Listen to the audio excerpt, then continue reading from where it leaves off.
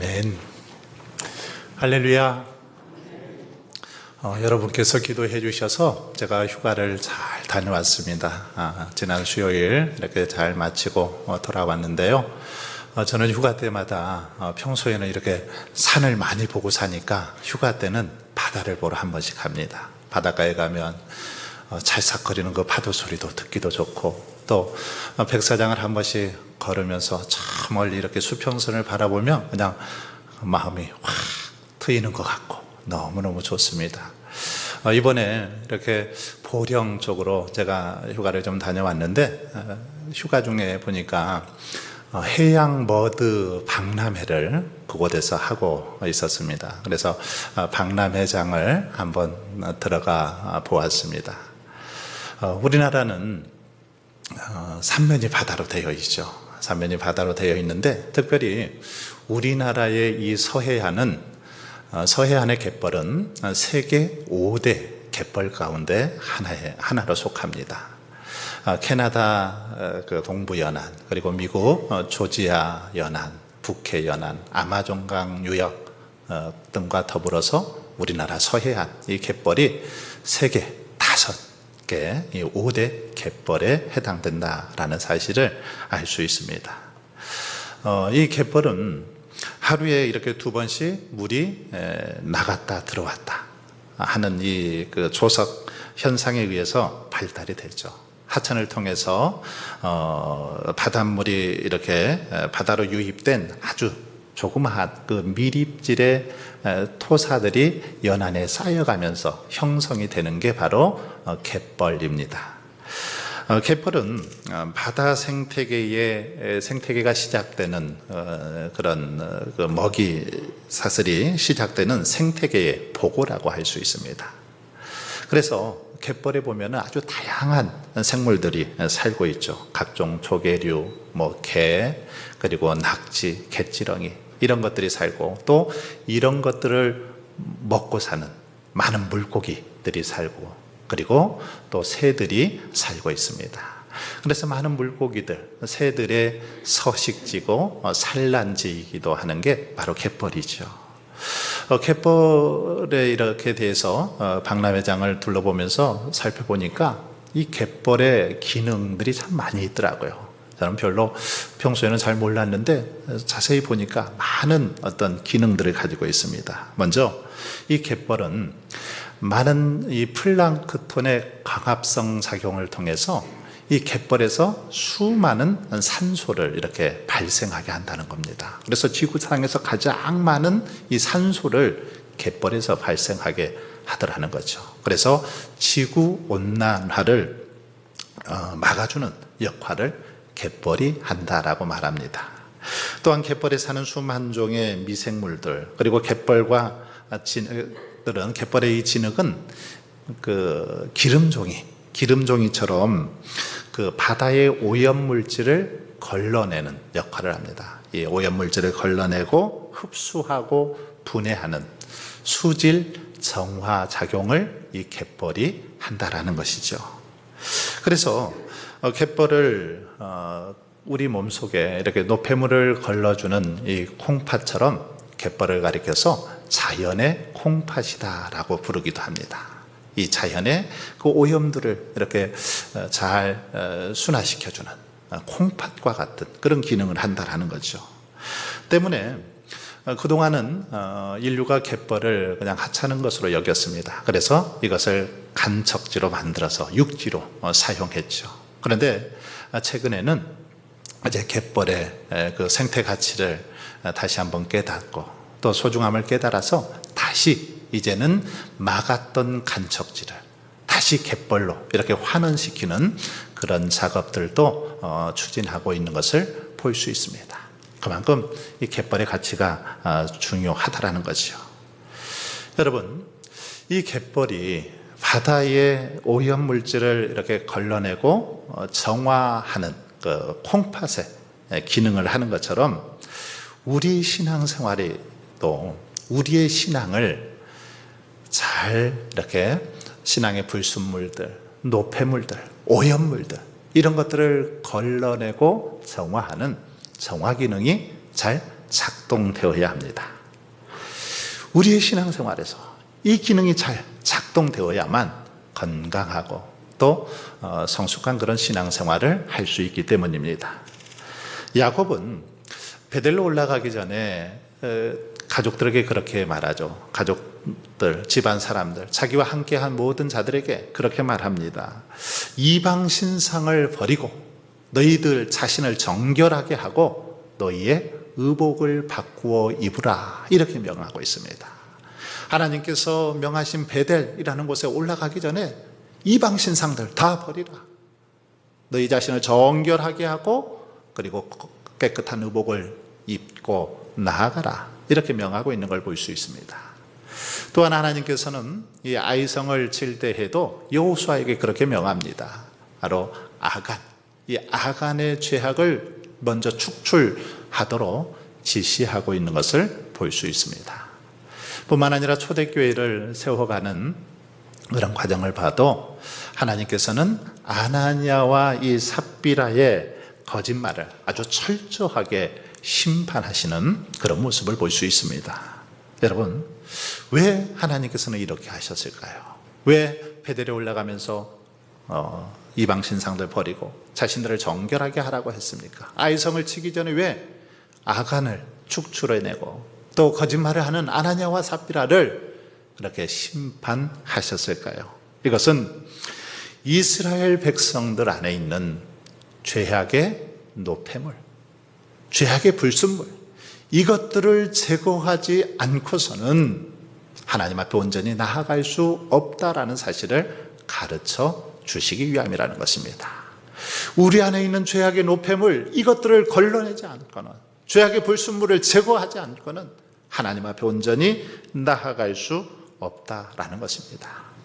우리의 삶 속에 만연한 죄악의 불순물을 제거해야만 하나님께 나아갈 수 있고 우리의 영혼이 살고 하나님과 더 친밀한 그런 교제를 할 수 있기 때문에 그렇게 하라는 것입니다. 여러분, 이렇게 신앙의 불순물을 제거하는 것, 이것을 우리는 회개라고 하죠. 신학적인 용어로 회개라고 합니다. 회개는 우리 신앙생활에 있어서 없어서는 안 될 아주 중요한 요소이죠. 회개. 이 회개가 잘 이루어져야 합니다. 그래야 하나님과 더 친밀한 관계를 맺어갈 수 있고 하나님 앞에 합당한 삶을 살아갈 수 있습니다. 하나님 앞에서 신앙의 불순물을 제거하고 씻어내는 회개, 곧 성화, 작용이 잘 작동되어야 건강한 신앙생활을 할 수 있다는 것입니다. 오늘 본문에 보시면 하나님께서는 이스라엘 족속을 향해서 너희는 돌이켜 회개하고 모든 죄에서 떠날지어다. 그러한즉 그것이 너희에게 죄악의 걸림돌이 되지 아니하리라, 이렇게 말씀하고 있습니다. 너희는 돌이켜서 회개하고 모든 죄에서 떠날지어다. 회개해야 된다는 것입니다. 회개하지 않으면 이것이 우리 신앙의 방해가 되고 걸림돌이 되기 때문입니다. 뿐만 아니라 너희가 범한 모든 죄악을 버리고 마음과 영을 새롭게 하라, 그렇게 말씀하고 있는 걸 볼 수 있습니다. 우리의 마음, 우리의 영을 날마다 하나님 앞에서 새롭게 하라는 것입니다. 그리고 한 걸음 더 나가서 너희들이 죽는 것을 기뻐하지 아니하노니 스스로 돌이켜 살라고 말씀하셨습니다. 여러분, 그렇습니다. 우리 몸속에 노폐물이 쌓이고 독소가 쌓이면 몸이 점점 병들어가고 죽어가지요. 우리 몸의 노폐물, 이거 제거하지 않으면 안 됩니다. 이 콩팥의 기능이 좋아서 몸 안에 쌓인 독소, 이 노폐물을 소변을 통해서 제거해내야 되는데 만약에 그렇지 않으면 어떤 증상들이 나타납니까? 콩팥이 안 좋으면, 신장이 안 좋으면 나타나는 현상들이 있습니다. 소변에 거품이 많고, 이 소변에 혈뇨가 이렇게 또 생기기도 합니다. 그리고 피로하고 무기력증이 생기고 부종과 가려움증, 이런 증상들이 콩팥의 기능이 좋지 않을 때 나타나는 현상들입니다. 이처럼 우리의 신앙에도 신앙의 불순물들이 가득해서 노폐물이 찌들어서 우리의 신앙이 하나님과 제대로 교통이 되지 않으면 이런 증상들이 나타나는 것입니다. 말씀을 들어도 들리지 않고 괜히 짜증이 가득하고 원망과 불평이 가득하게 되더라는 것입니다. 그래서 우리의 신앙은 차차 병들어가고 결국에는 하나님을 떠나고 죽게 되는 것을 볼 수 있습니다. 그래서 하나님께서는 애타는 마음으로 이스라엘 백성들이 살기 위해서는 죄악의 불순물을 제거하라고 그렇게 명하고 있는 것입니다. 너희들이 하나님과 올바른 관계를 맺기 위해서는, 너희들의 영혼이 살기 위해서는 너희 안에 찌들어 있는 죄악의 불순물들, 신앙의 노폐물들, 이것들을 다 제거하라, 그렇게 말씀하고 있습니다. 모든 죄악을 버리고 마음과 영을 새롭게 해야만 우리가 건강한 그런 신앙생활을 할 수 있다는 것입니다. 이처럼 여러분, 우리의 영혼이 살고 복된 그런 신앙생활을 하기 위해서는 우리 안에서 이 신앙의 정화작용이 잘 작동되어야 합니다. 회개의 정화작용, 이것이 잘 작동이 되어야 하는 거죠. 진정으로 회개하기만 하면 하나님께서는 우리를 다 용서해 주시기 때문입니다. 하나님께서는 우리가 진정으로 하나님 앞에 회개하고 자복하면 그 죄를 다 잊어주시고 용서해 주신다라는 사실을 강조하고 있습니다. 21절, 22절을 보세요. 그러나 악인이 만일 그가 행한 모든 죄에서 돌이켜 떠나 내 모든 율례를 지키고 정의와 공의를 행하면 반드시 살고 죽지 아니할 것이라.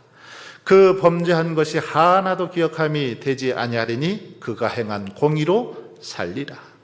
하나님께서는 우리들이 진정으로 하나님 앞에 회개하고 자복할 때 우리가 지은 죄, 이것을 다 잊어버리겠다, 기억하지 않고 잊어주시겠다라고 말씀하십니다.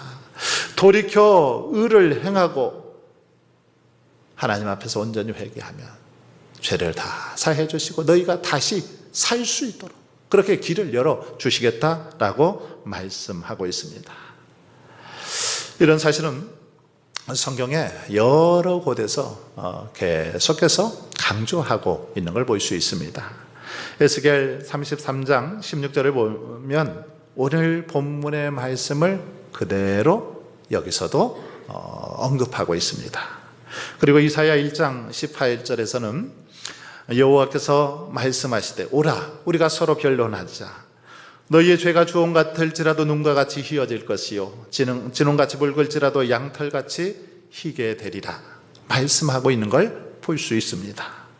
여기 보시면 변론하자 이렇게 말하죠. 변호하고 진술하는 걸 변론이라고 하는데 왜 변론하는 겁니까? 하나님 앞에서 우리의 죄에 대해서 회개한다라는 것입니다. 철저히 하나님 앞에 회개할 때 하나님께서는 우리의 그 죄, 더럽고 추한 죄, 진홍같이 붉을지라도 그 죄를 양털처럼 희게, 눈처럼 희게 그렇게 해 주시겠다라는 것입니다. 그 모든 죄 다 잊어주시고 깨끗하게 해 주시겠다라는 것입니다. 또한 이사야 43장 25절을 보면 나 곧 나는 나를 위하여 내 허물을 도말하는 자니 내 죄를 기억하지 아니하리라 이렇게 말씀하고 있습니다. 여기 보면 도말한다 이런 표현이 있죠.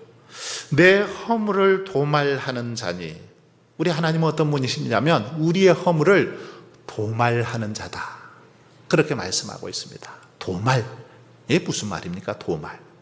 도말은 발라서 드러나지 않게 한다 이런 의미를 가지고 있습니다. 즉 다시 말하면 우리들이 벽에다가 이렇게 낙서를 하면 그 낙서를 페인트 칠을 해서 깨끗하게 지워버리죠.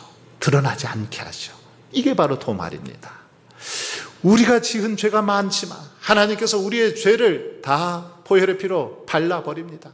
그래서 깨끗하게 덮어주셔서 더 이상 드러나지 않게 해주신다. 이게 도말이라는 것입니다. 이와 같이 진정한 회개는 우리를 죽음으로 이끄는 죄악의 불순물, 이것들을 깨끗하게 하고 정화시키는 그런 능력과 효력이 있는 게 바로 회개입니다.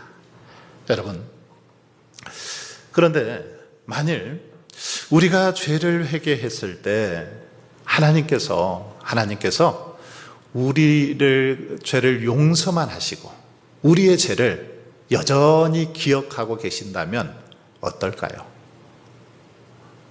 우리 죄는 용서해 주셨어요. 하지만 계속해서 우리가 지은 죄를 기억하고 있다 하면 어떻습니까? 그것은 어쩌면 진정한 의미의 용서라고 할 수 없습니다. 왜냐하면 용서하신 죄가 하나님의 기억 속에 고스란히 남아있다면 우리가 훗날 또 이렇게 잘못해서 죄를 지었을 때 하나님께서는 이전에 지었던 우리의 죄까지도 기억해내실 것입니다. 그래서 너희들 지난번에도 이런 죄 지었지 하면서 지난번에 지었던 그 죄에다가 플러스해서 이제 더 크게 심판하시고 책망하실 것입니다. 여러분, 사람들은 일반적으로 보통 이 다른 사람들의 죄에 대해서 용서하기를 좋아하지 않죠. 싫어합니다. 용서하려고 하지 않습니다. 대부분의 사람들, 다른 사람들이 자기에게 어떤 잘못을 범하면 어떻습니까? 그 사람도 나처럼 좀 당해봐라, 이런 마음이 있죠. 그래서 그 사람에게 그대로 갚아주려고 합니다. 그래야 직성이 풀리기도 하죠.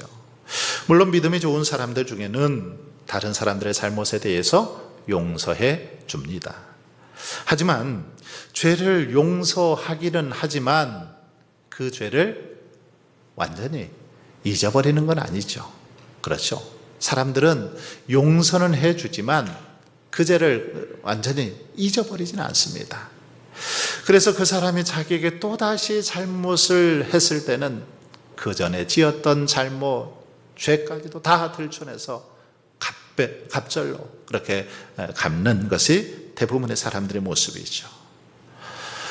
유대인들은 이웃이 자기에게 잘못을 범하고 용서를 구할 경우에는 3번까지 용서해 주라라고 그렇게 가르쳤죠. 이때 3번까지라는 말에는 이웃의 죄를 기억한다라는 의미가 내포되어 있습니다. 그러나 예수님께서는 뭐라고 말씀하십니까? 70번씩 7번이라도 용서해 주라고 하죠. 문자적으로는 490번이지만 이것은 계속해서 끝까지 용서해 주라는 그런 말씀이죠. 무한적으로 용서하라는 것입니다. 그런데 여러분, 이렇게 무한적으로 용서하기 위해서는 용서한 죄에 대해서 기억하고 있으면 절대 용서할 수 없습니다. 그렇지 않습니까?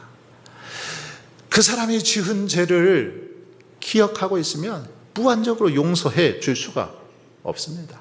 완전히 잊지 않고는 불가능하죠. 예수님께서는 우리에게 이렇게 그럼에도 불구하고 70번씩 7번이라도 용서하라라고 가르쳐 주셨는데 이것은 곧 하나님께서 우리를 향해서 그렇게 하신다라는 말씀이기도 하죠. 하나님은 너희들을 향해서 그렇게 하시니까 너희들도 그렇게 하라는 것입니다. 그렇습니다. 하나님께서는 죄인이 회개하면 그의 죄에 대해서는 용서하실 뿐만 아니라 전혀 기억하지도 않으시는 것을 볼 수 있습니다. 그 죄를 하나님의 기억에서 완전히 지워버리시죠.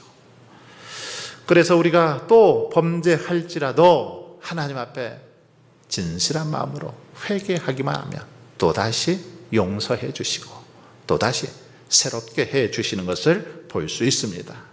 여러분, 그러므로 저와 여러분은 하나님 앞에서 아무리 더럽고 추한 죄를 지었다 할지라도 진심으로 뉘우치고 회개할 수 있기를 바랍니다. 하나님 앞에 온전히 회개해야 될 줄 믿습니다. 다윗은 우리아의 아내 밧세바와 동침한 후에 충신인 우리아 장군도 죽게 하는 아주 흉악한 그런 범죄를 저질렀습니다. 그러나 다윗은 나단 선지자의 책망을 듣고 하나님 앞에서 철저히 회개하는 걸 볼 수 있습니다. 밤새도록 눈물로 침상을 띄우면서 요가 적실 정도로 그렇게 회개했던 것을 볼 수 있습니다. 시편에 보면 그런 표현이 있습니다. 눈물로 침상을 띄우며 요를 적셨다. 이게 여러분 무슨 말일까요? 눈물로 침상을 띄우며 요를 적시며 기도했는데 이것은 회개의 눈물이 얼마나 많이 흘렀던지 그 눈물에 침상이 둥둥 뜰 정도가 되었다라는 것이죠. 하나님 앞에서 얼마나 철저하게 자복하고 회개했던지 그 눈물이 요를 다 적실 정도로 그렇게 온전히 회개했음을 보여주는 그런 표현입니다.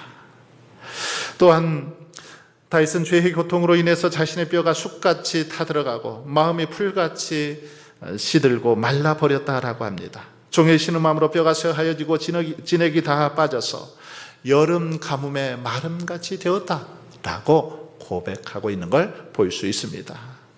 바로 그때에 다윗이 참회하며 지었던 시가 시편 51편이죠. 시편 51편은 다윗의 대표적인 참회시 가운데 하나인데 여기 보면 다윗은 그렇게 하나님 앞에 고백합니다. 우슬초로 나를 정결하게 하소서. 내가 정하리이다. 나의 죄를 씻어주소서. 내가 눈보다 희리이다.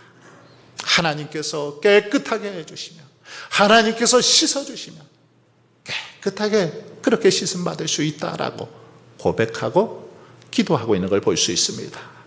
주의 얼굴을 내 죄에서 돌이키시고 내 모든 죄악을 지워주소서. 하나님이여 내 속에 정한 마음을 창조하시고 내 안에 정직한 영을 새롭게 하소서. 그렇게 간구하고 있는 다윗의 모습을 볼 수 있습니다. 자신을 주 앞에서 쫓아내지 마시며 주의 성령을 거두지 마시고 주의 구원의 즐거움을 회복시켜 달라고 그렇게 부르짖어 기도했습니다. 철저히 하나님 앞에 회개하면서 기도했습니다. 그랬을 때 어떻게 됩니까? 하나님께서는 다시금 다윗의 그 모든 죄악을 깨끗이 씻어주시고 새롭게 출발할 수 있도록 인도해 주셨던 것을 볼 수 있습니다. 여러분, 이처럼 우리는 순간순간 우리의 신앙을 점검하고 정화하는 회개의 신앙을 가져야 한다는 것입니다. 우리의 신앙을 돌아보고 점검하는 회개의 신앙, 이 신앙이 필요하다는 것입니다. 신앙의 불순물이 더 이상 우리 안에 자리 잡지 못하도록 신속하게 제거해야 된다는 거죠. 그렇지 않으면 결국 병들고 죽어갈 수밖에 없기 때문입니다. 그러면 여러분, 회개란 무엇일까요? 회개. 이 회개는 하나님 앞에서 우리의 모습을 돌아보고 잘라낼 것은 잘라내고 다듬을 것은 다듬어 가는 것, 이것이 회개다라고 말할 수 있습니다. 사자성어 가운데 절차탕마라는 그런 사자성어가 있습니다. 이것은 옥이나 이 뿔 같은 것을 이렇게 잘 갈고 닦아서 원하는 모양으로 만들어 간다라는 그런 뜻을 가지고 있습니다. 그렇습니다. 여러분, 저와 여러분이 신실한 성도가 되기 위해서는, 하나님께서 기뻐하시는 믿음의 사람들이 되기 위해서는 날마다 이런 과정이 필요하다는 것입니다. 우리의 신앙을 점검하고 잘 갈고 닦는 절차탕마의 그런 노력들이 필요하다는 것입니다. 세공되지 않는 이 다이아몬드는 가치가 작죠. 하지만 세공사에 의해서 그것이 잘 다듬어질 때 그것은 귀한 그런 보석이 되는 것입니다. 믿음도 마찬가지입니다. 우리가 가진 모습 그대로는 결코 하나님을 기쁘시게 할 수 없습니다. 절차탕마처럼 자르고 갈고 다듬고 연마해야 되는 것이죠. 잘못된 부분은 잘라내고 다듬을 때에 영롱한 그런 빛을 발하는 보석이 되는 것처럼 우리의 신앙도 그런 과정이 있어야 하나님 앞에서 그렇게 사랑받고 인정받는 믿음의 사람들이 될 수 있다는 것입니다. 여러분, 이 쇠막대기와 보검, 이 차이는 무엇일까요? 그것은 담금질의 차이죠. 담금질. 쇠막대가 보검이 되기 위해서는 수없이 계속해서 두드려야 됩니다. 두드려야 되고, 그리고 이 뜨거운 풀무불에다가 달궜다가 또 찬물에다 식혔다, 이 과정을 계속해서 반복하죠.